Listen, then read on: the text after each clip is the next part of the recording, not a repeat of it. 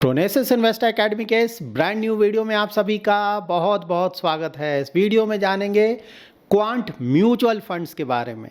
देखिए, quant mutual funds Covid के बाद से बहुत अच्छा परफॉर्मेंस, कुछ सालों तक बहुत अच्छा परफॉर्मेंस, और उसी बहुत अच्छे परफॉर्मेंस को देखकर काफ़ी सारे लोगों ने यहाँ पे अपना इन्वेस्टमेंट किया। इनफैक्ट कुछ लोगों ने तो अपना पूरा इन्वेस्टमेंट ही यहाँ पे कर दिया। लेकिन रीसेंट टाइम्स में अगर आप परफॉर्मेंस देखेंगे इनके फंड्स का, तो परफॉर्मेंस नहीं आ रहा है। इस वीडियो में डिटेल में जानने की कोशिश करेंगे कि क्वांट के फंड्स में कितना ज़्यादा अंडर परफॉर्मेंस है, क्या ये बहुत ज़्यादा है या फिर थोड़ा बहुत है। क्योंकि थोड़ा बहुत है तो फ़र्क नहीं पड़ता है, लेकिन अगर बहुत ज़्यादा अंडर परफॉर्मेंस है तब तो ऑफ कोर्स वो कंसर्न होना चाहिए इन्वेस्टर्स के लिए।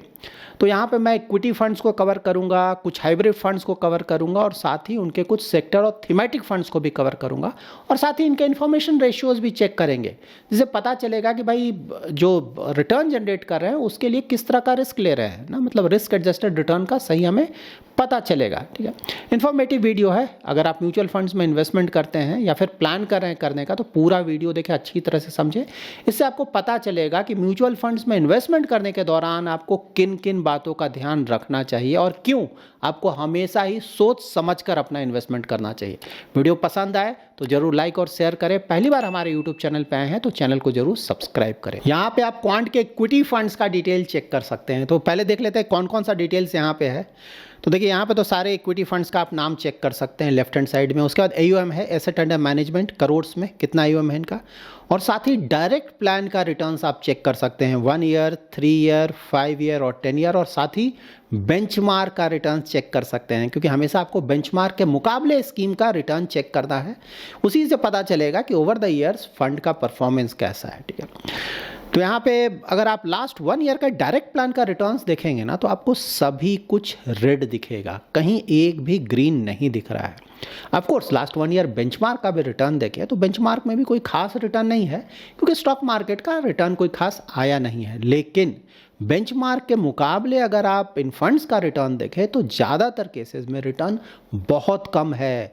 इवन 3 ईयर भी अगर आप देखें ना, तो ज़्यादातर फंड्स का जो बहुत ज़्यादा आउट परफॉर्मेंस हुआ करता था उसमें बहुत कमी आया है।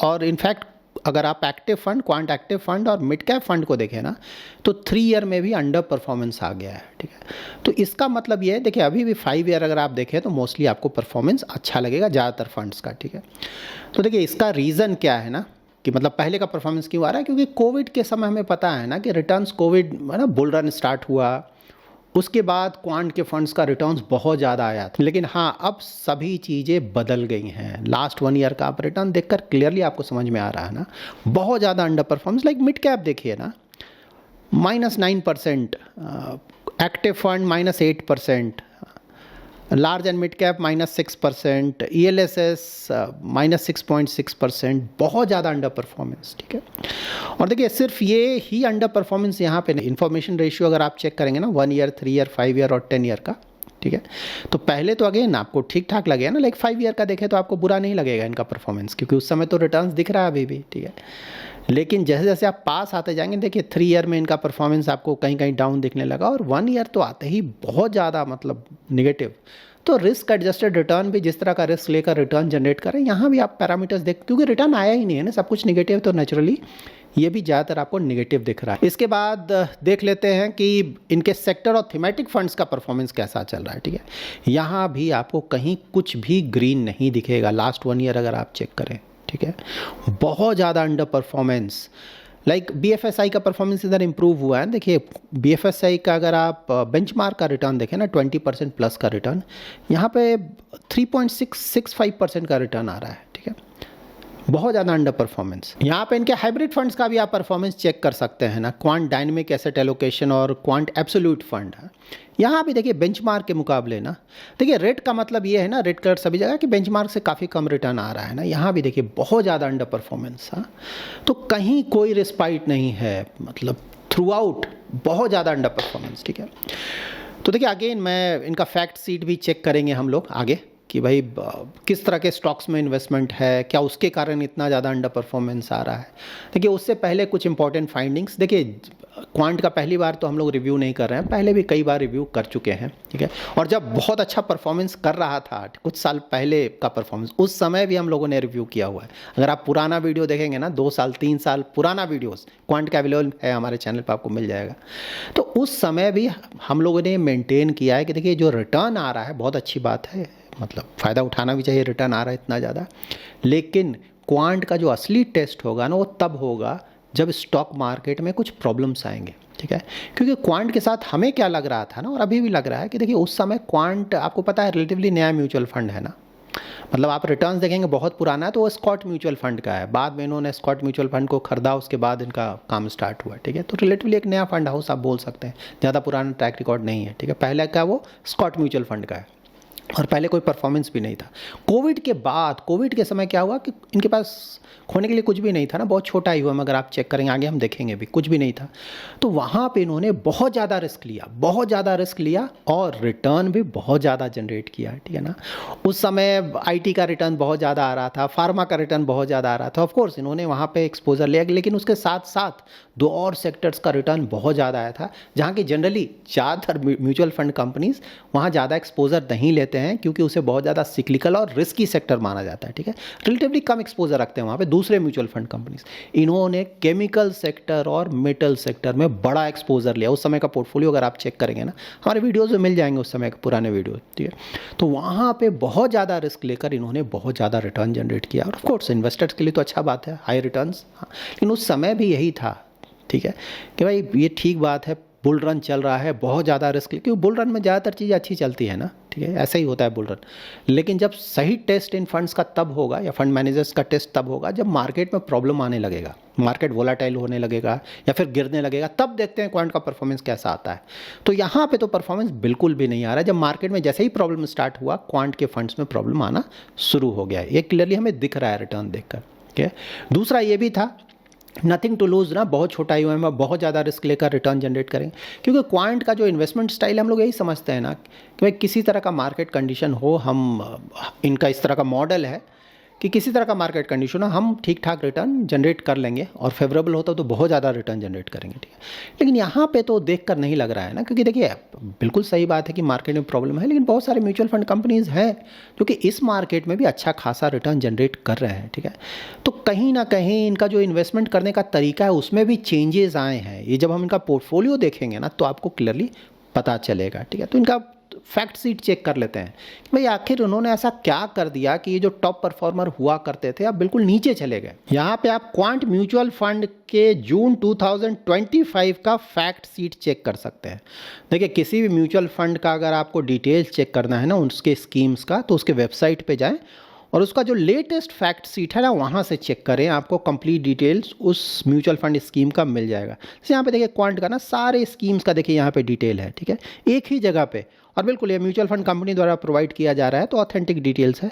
तो बेस्ट तरीका यही होता है डिटेल्स चेक करने का किसी भी म्यूचुअल फंड स्कीम का, ठीक है।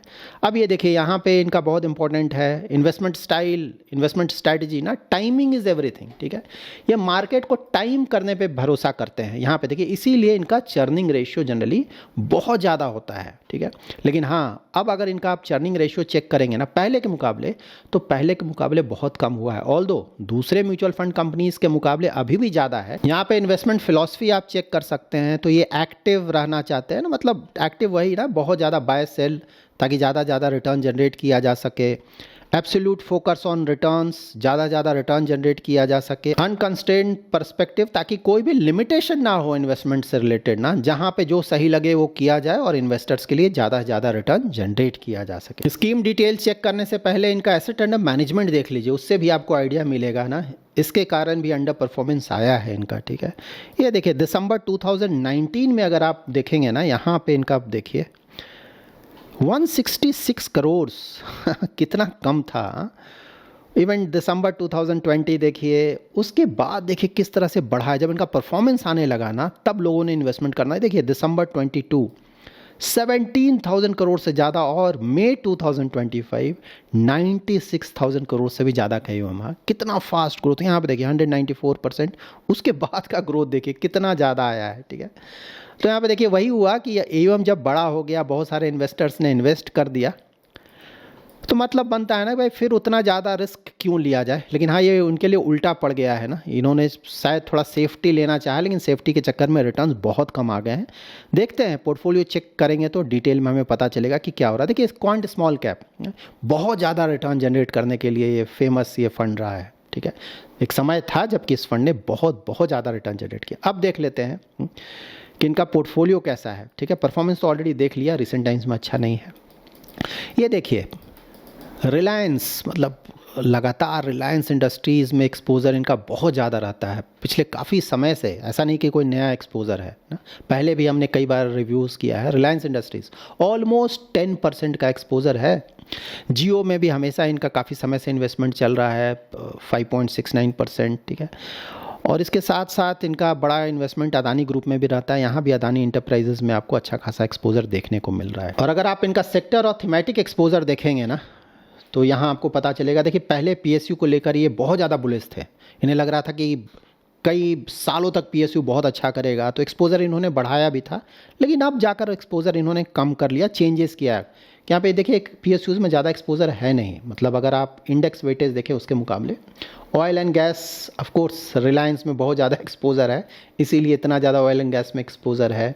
फाइनेंशियल सर्विसेज, हेल्थ केयर में भी अच्छा खासा एक्सपोज़र इन्होंने लिया हुआ है, ठीक है। यहाँ पे देखिए, रिस्क एडजस्टेड रिटर्न बहुत इंपॉर्टेंट है, लेकिन ये 5 ईयर्स का है। 5 ईयर्स में तो देखेंगे तो रिटर्न आएगा ना, क्योंकि पहले तो इसका रिटर्न बहुत ज़्यादा आ चुका था। इसीलिए अगर 5 ईयर का ये जो परफॉर्मेंस शो कर रहे हैं, यहाँ पे आपको जो रिस्क एडजस्टेड पैरामीटर्स हैं आपको बहुत अच्छा लगेगा ना। Sharpe ratio, Sortino ratio, alpha, सभी कुछ आपको अच्छा देखने को मिल रहा है। लेकिन रीज़न ये है 5 ईयर्स, क्योंकि जो अंडर परफॉर्मेंस आया है वो लास्ट 1-2 साल का अंडर परफॉर्मेंस है, ठीक है। यहाँ पे मार्केट कैप वाइज अगर एक्सपोजर देखें तो ये देखिए, large cap, small cap fund है, उसमें लार्ज कैप 22.62% का एक्सपोजर है और स्मॉल कैप का अबाउट 67% का एक्सपोजर है। नीचे कुछ और डिटेल चेक कर लेते हैं।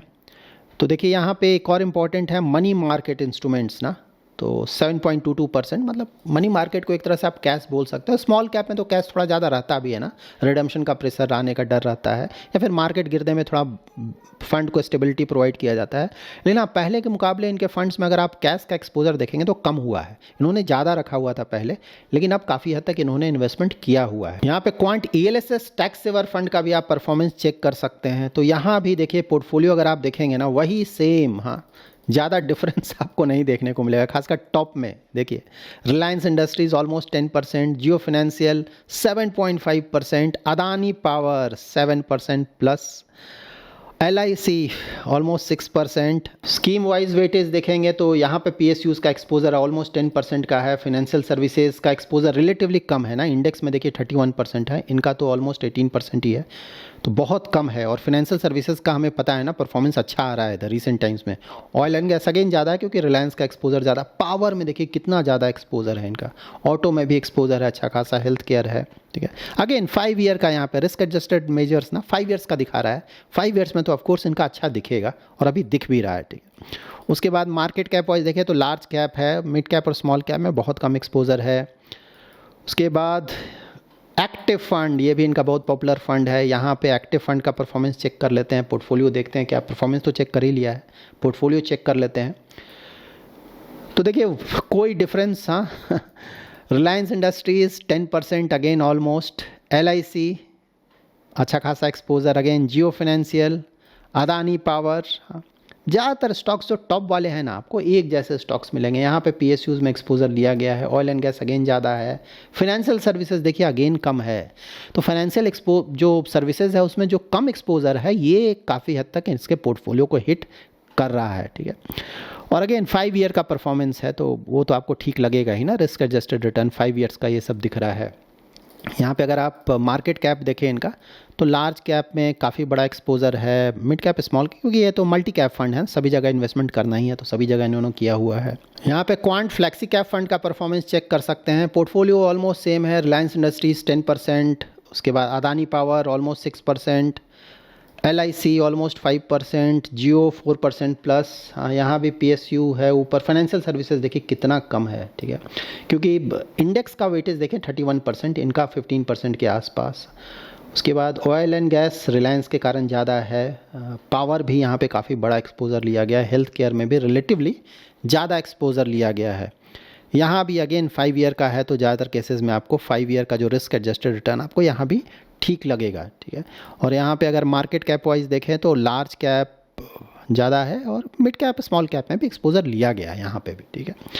और यहाँ पे देखिए मनी मार्केट ना काफ़ी कम है, मतलब कि ज़्यादातर फंड्स को इन्वेस्ट कर दिया गया है। अभी हमने क्वांट के इक्विटी फंड्स का जो डिटेल्स चेक किया उससे क्या पता चलता है, समराइज़ कर लेते हैं।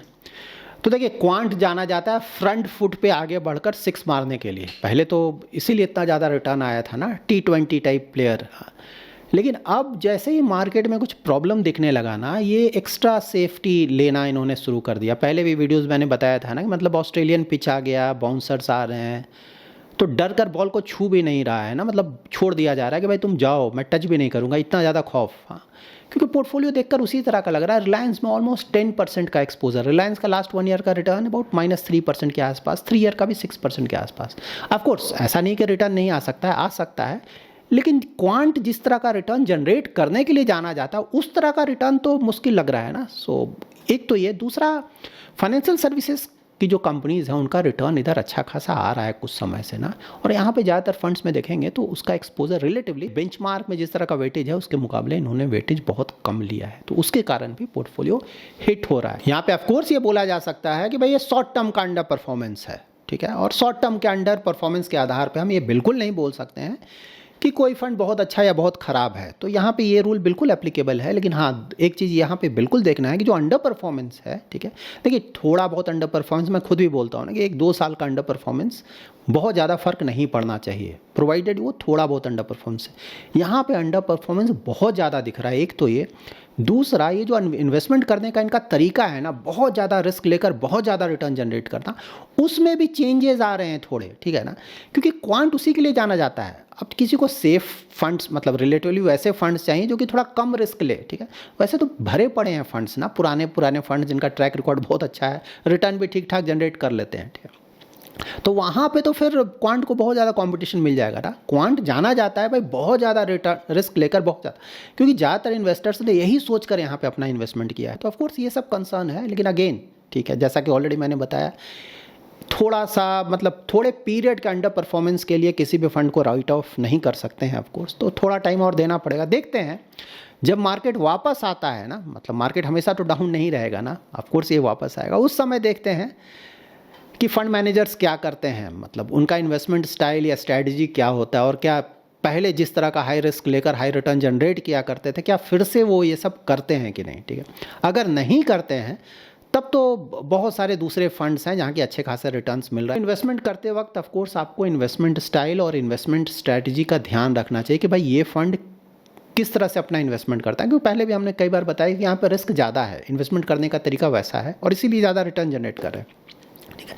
लेकिन अब तो इन्होंने काफ़ी हद तक उसमें चेंजेस लेकर आ गए ना, मतलब हमने इसलिए इस फंड में इन्वेस्टमेंट नहीं किया था, इसको इस तरह से देखें। तो देखते हैं, थोड़ा और टाइम देकर देखा जाए कि आने वाले समय में जब मार्केट सही में परफॉर्मेंस अच्छा आने लगेगा ना स्टॉक मार्केट का, उस समय इन फंड्स का रिटर्न कैसा आता है। So that's it in this video. अगर आपको ये वीडियो पसंद आया है तो जरूर लाइक एंड शेयर करें। पहली बार हमारे यूट्यूब चैनल पे आए हैं तो चैनल को जरूर सब्सक्राइब करें।